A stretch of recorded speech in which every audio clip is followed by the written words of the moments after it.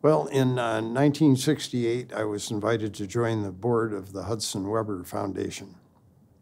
And so in 1973, the Hudson Weber Foundation decided that it needed a full-time staff person, and I was invited to become that person and was very pleased to do that. I had been working for the Gil Hudson Company for a number of years, and the family of the Gil Hudson Company was responsible for the funds given to the Hudson Weber Foundation. And so in 1973, when I became the staff person for the Hudson Weber Foundation, I first heard of the Council of Michigan Foundations. I hadn't been aware of it before that, so I can't give any history prior to that. But in 1973, I became aware of the Council of Michigan Foundations and went to a conference, met people, and became very interested in it. And so in 1974, they asked if I would become the chair of the organization. Leonard White had, from the Kellogg Foundation, had been a long time involved in the council, and he'd been the chairman of the predecessor to the council called the Conference of Michigan Foundations, which was an unincorporated voluntary association which became incorporated somewhere around 1972, I think. And Leonard served as the chair of that group, and so for about 3 years, and he asked if I would serve as chair. And so in 1975, I accepted the offer and became chair of the council. Well, the first thing that happened is I got back to my office after I had agreed to become chair, and I got a call from Sophia Gorham, who had been the part-time secretary keeping things going for the Conference of Michigan Foundations. And she said, "I'm so pleased that you've agreed to be the chair of the council, or conference at that time, but I'm sorry, but I'm going to have to be leaving. For personal reasons, I have to give up this position." So my heart went down into my feet at that point. And so she said, "But I do have an idea, though, for you. There's a person that I know of that I think would be good for this job, and I think this person might be interested in the job, and so might have somebody that could fill in if you'd like to interview this person." And I said, "I surely would like to interview this person." And so she said, "Well, her name is Dottie Johnson." And so I said, "Well, fine, we'll arrange an interview." So I interviewed Dottie. And I found her to be extremely intelligent and interested in philanthropy. And in the interview, it became clear that she felt that she could make a difference in organizing and helping further philanthropy in Michigan if she were to take this position. And so I hired her on the spot. I was very relieved to have such a fine candidate presented for the position. So nobody else was ever considered for the position. It was, Dottie was it. And so the rest is history. Dottie has done a wonderful job for the council. It got to be recognized nationally as well as locally for the wonderful work that she'd done in so many ways in furthering philanthropy. And so that was my good stroke of luck. I chaired the council from 1975 when we incorporated from the conference into the Council of Michigan Foundations until about 1978. And so those were the early growth years. And on the while we were coming up here registering I asked how many people are going to be at this year's conference, and they said 800 plus, I think. And I can't really remember, but I'm not sure that it wasn't less than 100 when I first started would come to these conferences. Well, no, at the time, I just found that there was just a wonderful philanthropic spirit in the state of Michigan, and there were a number of just wonderful people that were involved with the foundations, both family and corporate, but mostly family at that time. And these people that were involved were all go-getters and were very interested in getting together and learning best practices and talking about what could be done to further philanthropy. And so we had a very strong core group of people, but I doubt that any of us had any idea what it might grow into. We knew that it was going to be good for us, even at that size that it was at that point, because there were a lot of bright people that we could share thoughts and ideas with and talk about program. But I guess I never really thought to dream about what it might evolve into that far down the road. Well, the '69 Tax Act had a lot to do with my being appointed as the first full-time staff person for the Hudson Weber Foundation, because all of a sudden there was quite a bit more that the foundation had to be watchful for in terms of how we managed our affairs and how we reported our activities, and also the amount of funds that we dispersed. And so the '69 Tax Act had a lot to do with me getting involved in the foundation field as a staff person, and then joining with the Council of Michigan Foundations.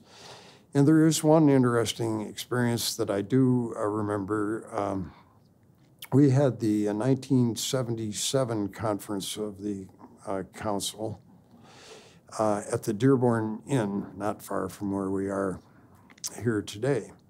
And ex-Governor George Romney was at that conference and gave a very rousing speech, as he often did.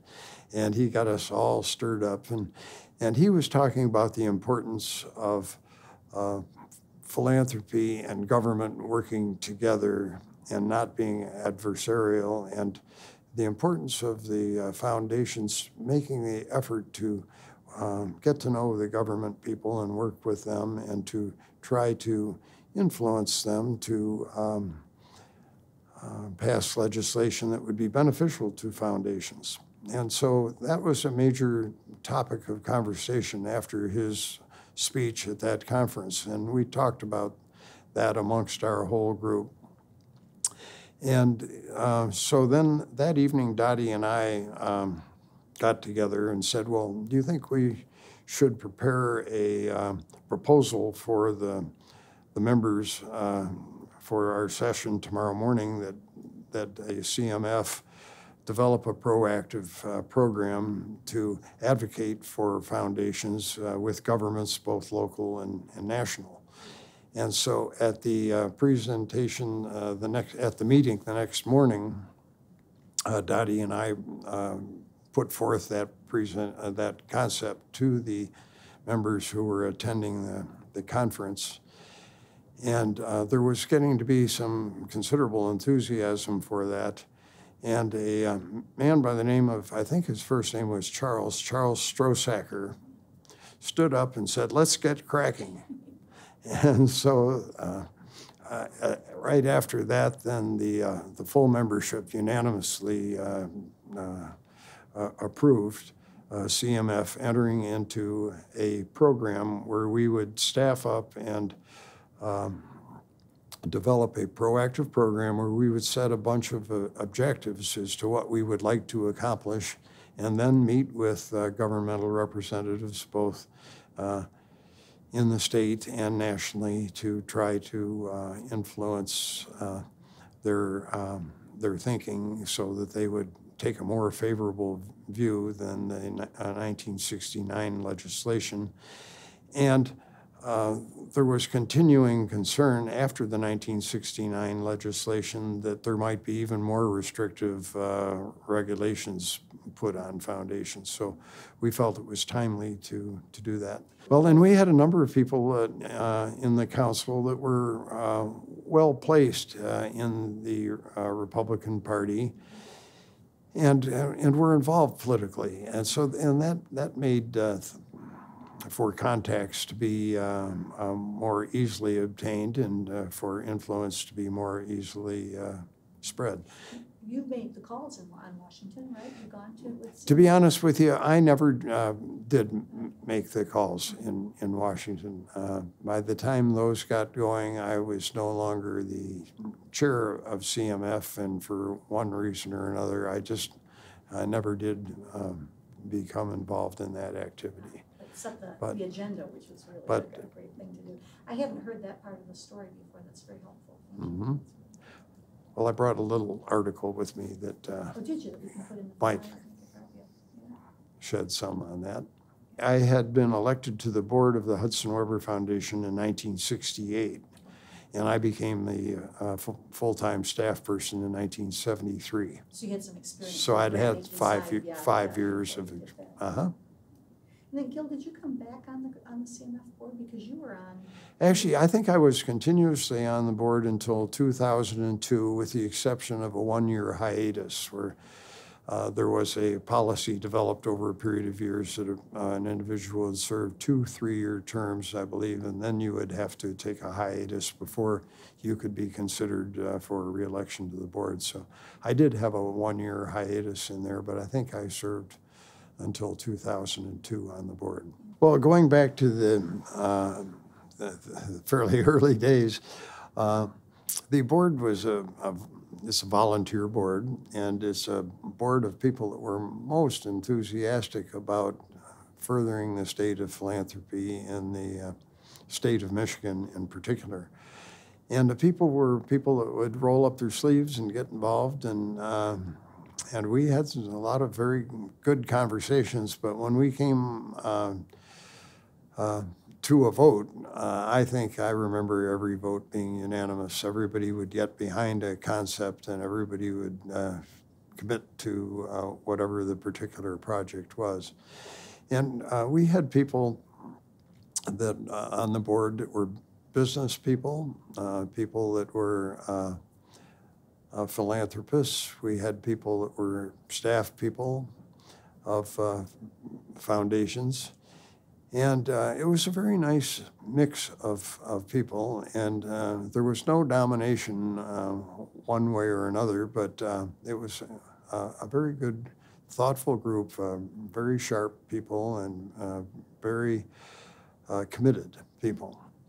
I would like to just comment on the fact that I think the Kellogg Foundation should definitely be commended for getting the Council of Michigan Foundations going.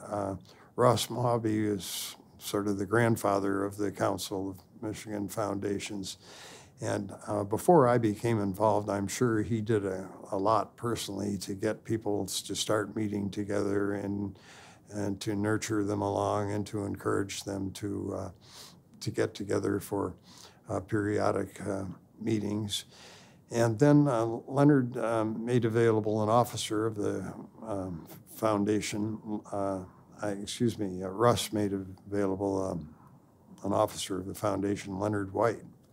And Leonard was a very good first chair of the organization once it became formalized and incorporated. And through the encouragement and support of the Kellogg Foundation, I think a great deal happened.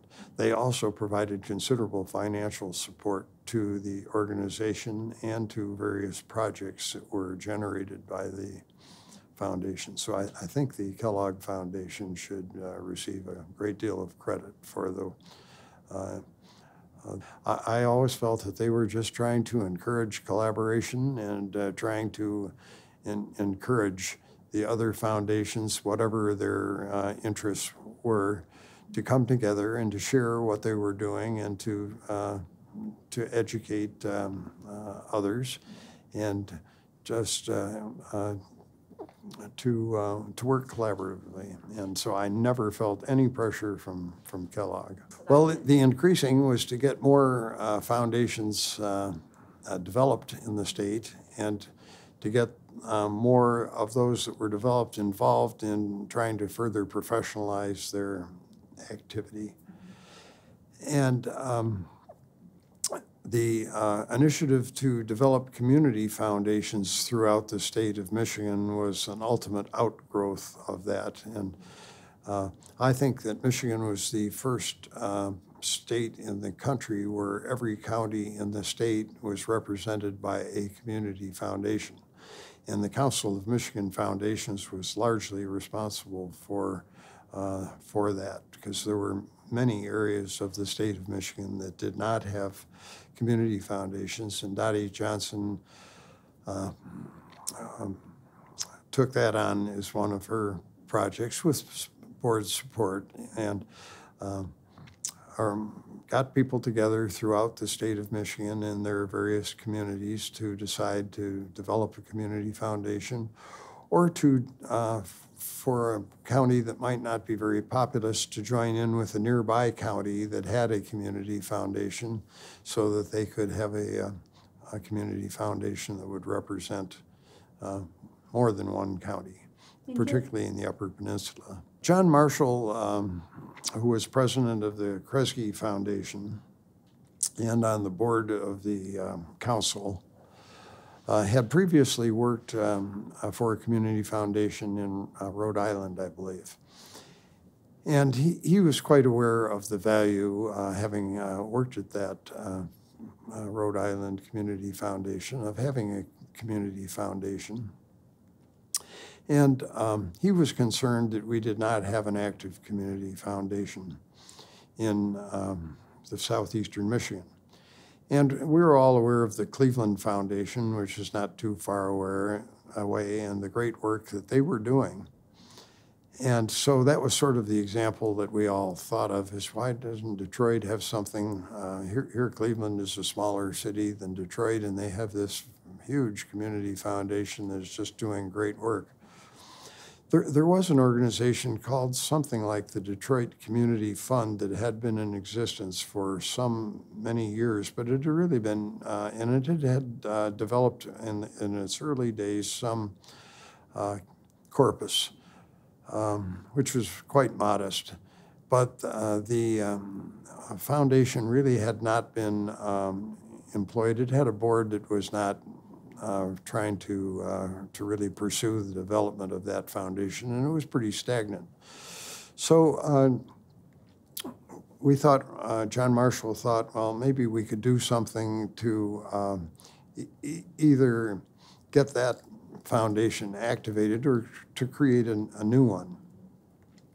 So he called together a meeting of Dottie and myself, and the three of us spent some time, I remember, in my office, and the three of us discussed how we might think about this concept, and we all agreed without any hesitation that we should do something for southeastern Michigan, particularly Detroit was our focus. And so at that time we decided, well, who would be the best person that we can think of to lead this effort? And amongst the three of us, that we agreed that my brother, Gil Hudson, would be the best person to lead an effort to try to establish a revitalized or a new community foundation, because he had very strong business contacts in the community. He was very philanthropically involved and very involved in civic ways. And so we talked to him, and he agreed that he would be interested and willing to do that. And so that was pretty much the extent of my involvement, is just up until that point. When my brother got involved, he took the ball and ran with it. Yeah, what is it now, $200 million? Oh, I think it's 600 and some is that right? million That's just now. amazing Yeah. how it And when they first got started, what they did is they talked the group that was managing the Detroit Community Fund to throw their lot in with the new community foundation. And so they turned over their assets. Dottie played an important role in that. She gathered information from around the country about community foundations, how they were organized, and how, how they operated. And she provided that information to my brother and to people that my brother had originally gotten together to serve. This was a typical example of how Dottie and the Council of Michigan Foundations furthered philanthropy in the state. She was very active in helping the Community Foundation for Southeastern Michigan in getting established, and her work was very helpful in getting that going. And so this has been done over and over and over throughout the state of Michigan with getting community foundations established. This was probably the biggest effort, but there were many other successful community foundations that were established with great help from Dottie and from the council. It seems to me that the people that have been involved at the council have all been people that have been interested in teamwork and have encouraged collaboration. And in my experience at the council, we never had people that led forcefully by dictate or, went down their own path without full consultation with the board and without full agreement. And it seems to me that the people that have been involved have all felt that they should lead by example in how they manage their own affairs and their own foundation, but also for developing a team approach to whatever has been agreed upon should be the direction. People have to be committed, number one, to whatever they're doing, and that they need to put their efforts in where they feel they're the most committed and where their board is fully behind them, and that they really need to consider this teamwork approach that we've been talking about to developing others who might share similar interests. And a foundation can only do so much by itself, but a foundation can start something that's maybe never been tried before, but it's only likely to be successful as other people are drawn in and brought along and feel that they're a part of the program. So when I was active at Hudson Weber Foundation, I was involved in a number of collaborative efforts where we got a group of different foundations that had interests in the subject matter to come together and to share ideas and develop a program that we could all sort of participate in. Maybe one of the latest examples of that I was not involved in is the Neighborhood Economy Initiative that Dave Egner, who's the current president of the Hudson Weber Foundation, is the president of that organization, and as well as the president of the Hudson Weber Foundation. Well, we felt this was a very important activity for the southeastern Michigan community, and it furthered a number of this same interests that the Hudson Weber Foundation has, and so our board felt very comfortable in sharing our president with that initiative, and so that the two of them could have the same staff person, and we thought that would work well. And our experience to date has been very positive. We're very happy with the way that's worked out. I don't think we were ever worried we would fail, but we weren't always sure just how a project would evolve. But we picked areas that we thought were important. We had Dottie Johnson on staff to oversee these efforts, and we felt wonderful confidence that Dottie would be able to oversee these efforts. And we had terrific staff people that were appointed to each of these projects. Now, and I remember you were one of those people. And let's see, it was the education. McFIP that I did. And the name. Youth grant making and then the learning to give. Yeah. Yes. Yeah. And excuse me for my slip in memory as to exactly, but I can remember what a wonderful job that you did for those two projects that you were involved in. And we had good fortune to have good staff leadership for each of the projects that we went into. I was born in Buffalo, New York, and my father's father had run a department store in Buffalo, New York, and my father succeeded him in running that. My father's father was a brother of Gil Hudson, who started the Gil Hudson Company in Detroit, and he had sent his brother to Buffalo to run a store that he had bought in Buffalo. So anyhow, my father decided to stay in Buffalo, and we were born and raised in Buffalo. My father was very involved in the civic life of Buffalo, but we were not involved in a philanthropy at that time, but my father was very civically oriented. Came to Detroit in 1956 to work as a trainee for the Gil Hudson Company. And when I got to Detroit and got to know the Weber family, and I learned how involved they were in the civic life of the community, and they had established 3 foundations, which ultimately became the Hudson Weber Foundation. And I learned at that time the Gil Hudson Company, the founder of the company, had been probably the most philanthropic person in the city of Detroit at the time when he was successfully developing the Gil Hudson Company.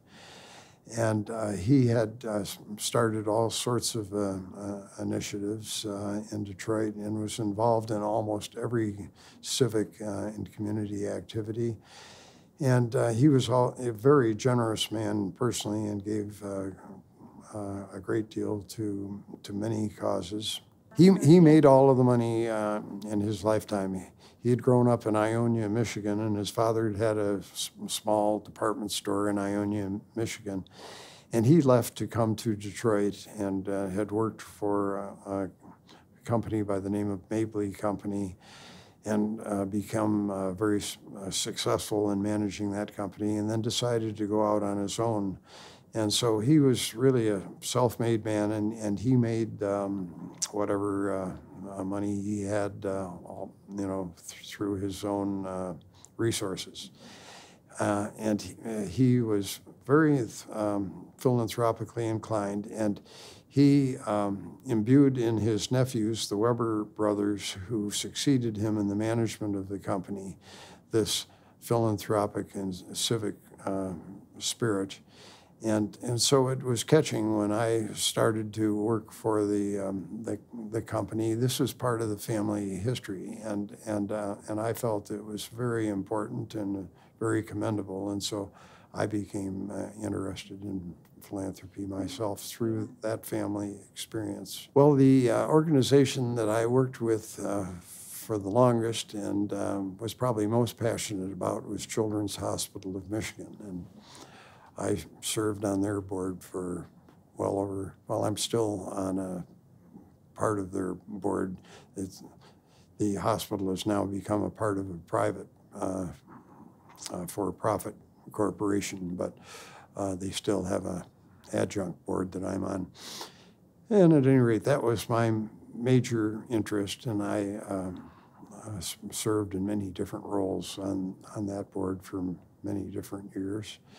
I was also involved in a number of other civic activities that really came through the foundation as opposed to initiatives that I might have otherwise selected on my own. I was active, and I brought along a little bio that lists what some of those organizations.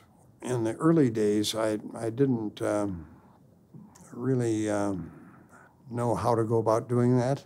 And then you developed a Learning to Give program, which really set the model for the state and for the country, actually, I think, and how to do that. And so I have made some efforts in that connection, but I can't say that I've been as organized about it as I might have been.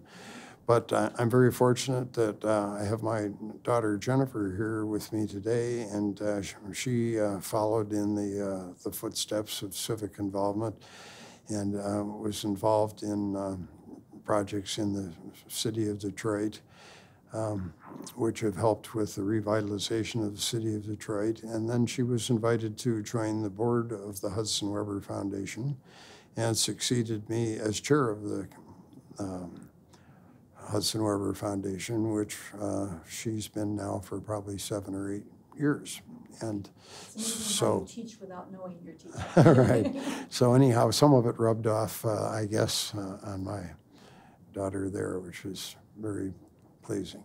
Well, nothing in particular, but I just can't think of how philanthropy would have evolved in this state without the Council of Michigan Foundations. I don't think that it would be nearly as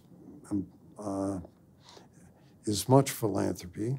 I don't think, well, it goes back to the increasing and improving, our way back to the early roots. And I don't think we would have as much organized philanthropy in this state by far as we do without the council. And I don't think it would be nearly as professionally managed. And so I just can't say enough about the work that the Council of Michigan Foundations has done in encouraging, developing, and helping to organize philanthropy in this state.